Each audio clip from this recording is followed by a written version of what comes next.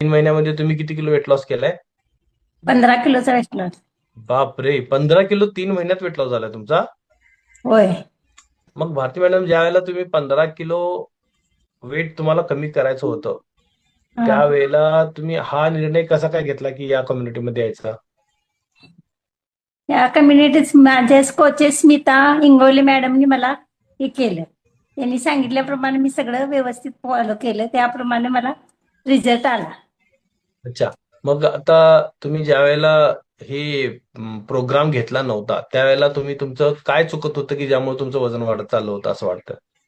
जेवणाची टाइम नव्हती, नाश्ता अवेळी करत जेवण होतं, नव्हते. नाश्ता करत नव्हते, हेल्दी खाणं नव्हतं.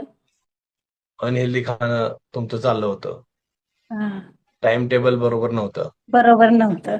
आणि गुडघ्याचा प्रॉब्लेम होता, त्यामुळे स्मिता मॅडमनी मला जॉईन व्हायला सांगितले. अच्छा, गुडघ्याचा प्रॉब्लेम म्हणजे काय प्रॉब्लेम होत होता? गुडघ्यांची झीज झाली आहे म्हणून डॉक्टरनी सांगितलं होतं. अच्छा, आणि किती दिवसापासून हा प्रॉब्लेम होता तुम्हाला? 2-3 वर्ष झाली चालू होता. 2-3 वर्षापासून. मग गुडघ्यांच्यासाठी काय काय केला होता? गुडघ्यांसाठी बरेच उपाय केले होते. डॉक्टरने म्हणजे शेवटी बरेच म्हणजे काय? दवाखाने भरपूर झालेत. 4 वर्ष अच्छा. झालं दवाखान्याचं औषध खातच होती. आणि ते आता 3 महिने पायावर झाले. वरनं मलम वगैरे लावत होता का? हो, लावत होते. तो सगळा सुगंध घरभर पसरत होता का? होय. आणि घरातून ओरडा खायला मिळत होता का, की काय सारखं लावतेस ते वास वास सगळा घुमतो होय. इकडं? होय. होय सर. मग?